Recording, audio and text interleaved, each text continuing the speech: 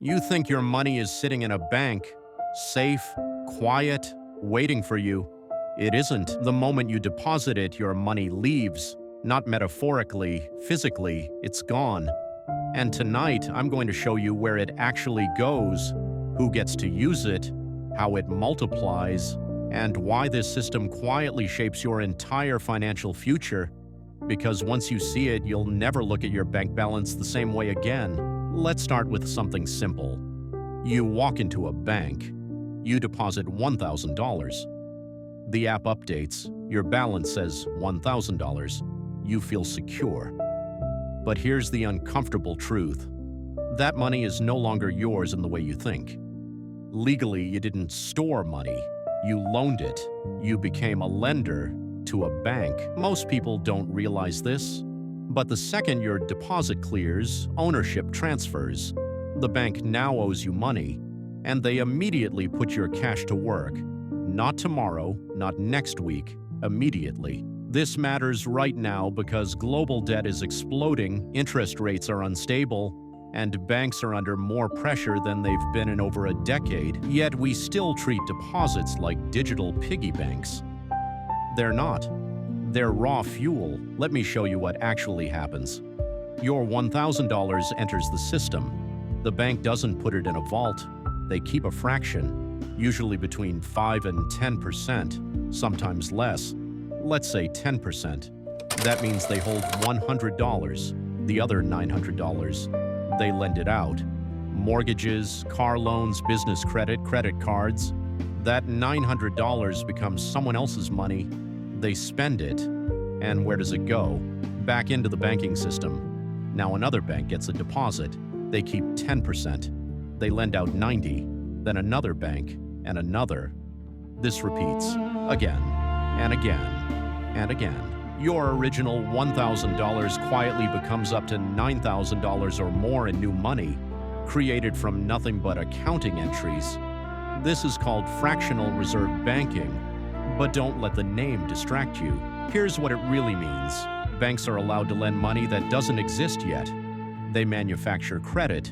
They expand the money supply. Not governments. Banks. Central banks set the rules. Commercial banks pull the lever, and every time they do, debt grows. Now here's the part most people never hear. Every dollar created this way comes with interest, but the interest is not created. Only the principal, which means mathematically someone must always fall behind. The system requires defaults. It requires bankruptcies. It requires people losing homes and businesses, not because individuals fail, because the math demands it, quietly, relentlessly. Let's slow down. You deposit $1,000. The bank lends $900. That borrower pays interest. The bank keeps that interest. You might get 1%. If you're lucky. Meanwhile, the bank charges 6, 8, sometimes 20% on credit cards. They use your money. They collect the spread. They take almost all the upside. You take almost all the risk. That's the deal. And it gets stranger, because banks don't even need your deposit anymore to make loans. Modern banks often create loans first and find reserves later. Deposits follow lending, not the other way around, which means your savings account isn't enabling loans. Loans are creating deposits. Let that sink in. Your money isn't powering the system. The system is manufacturing money around you. Your deposit just stabilizes it. Now let's talk about safety. Most people believe their money is protected, and technically it is, up to a limit. In the US, that's $250,000 per account. In many countries, it's far less. But here's what that protection really is. It's not a pile of cash waiting for you. It's a promise from the government. And that promise only works if bank failures stay small. If too many banks collapse at once, there isn't enough insurance to cover everyone. We saw this in 2008. We saw it again in 2023. Banks failed, depositors panicked, emergency meetings happened over weekends, money was created overnight, rules were rewritten in real time. Because the system cannot survive mass withdrawals, banks are structurally fragile, they depend on trust. The moment trust disappears, everything freezes. And this isn't a bug, it's the design. Let's zoom out. Your bank takes your money. They lend it. They earn interest. They bundle loans into securities. They sell them. They hedge them. They leverage them. Your simple deposit becomes part of a global financial machine involving pension funds, hedge funds, insurance companies, and sovereign wealth funds. Your paycheck quietly enters international markets.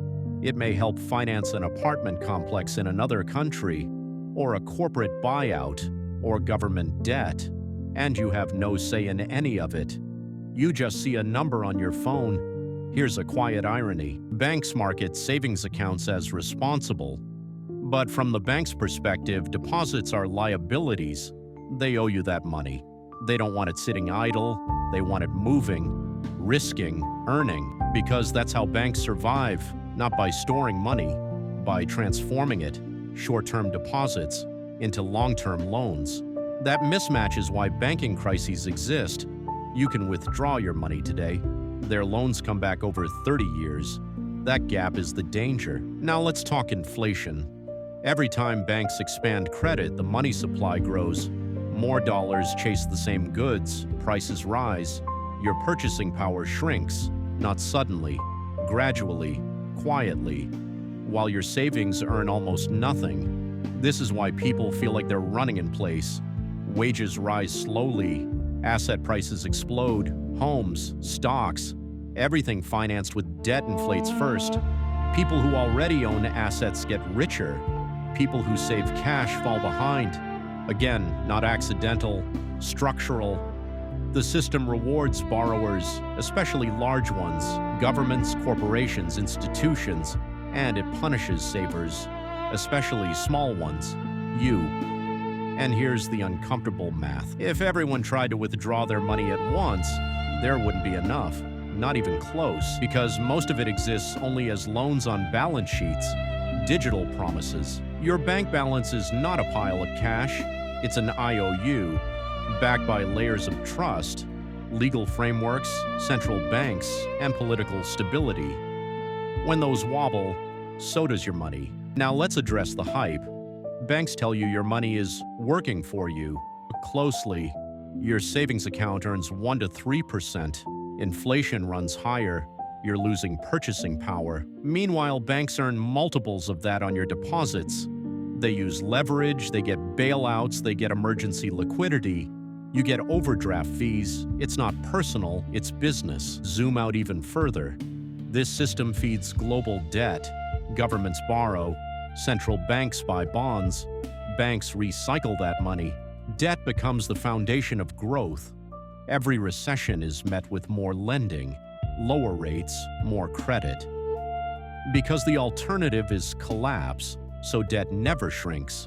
It compounds, and your deposit plays a small but essential role in keeping that wheel turning. You are a tiny cog in a massive credit engine, not because you chose to be, because participation is mandatory. Try living without a bank. Try getting paid. Try paying rent. Now here's the part that's hardest to accept.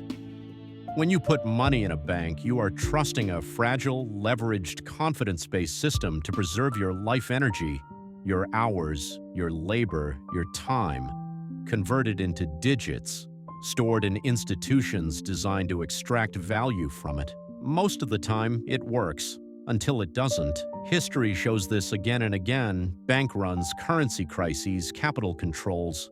They don't start with chaos, they start with quiet doubts. One headline, one failed institution, one weekend emergency announcement.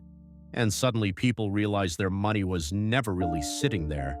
So the next time you open your banking app, remember, your money isn't resting, it's traveling, being lent, being leveraged, being multiplied. You're not a depositor. You're an unsecured creditor in the largest debt system ever created. Which leads to one final question. If your money is always in motion, if it's always being used by someone else, if the system depends on endless borrowing to survive, then what does saving even mean anymore? And how long can this machine keep running before something finally gives? Because that answer might matter more than your balance ever did.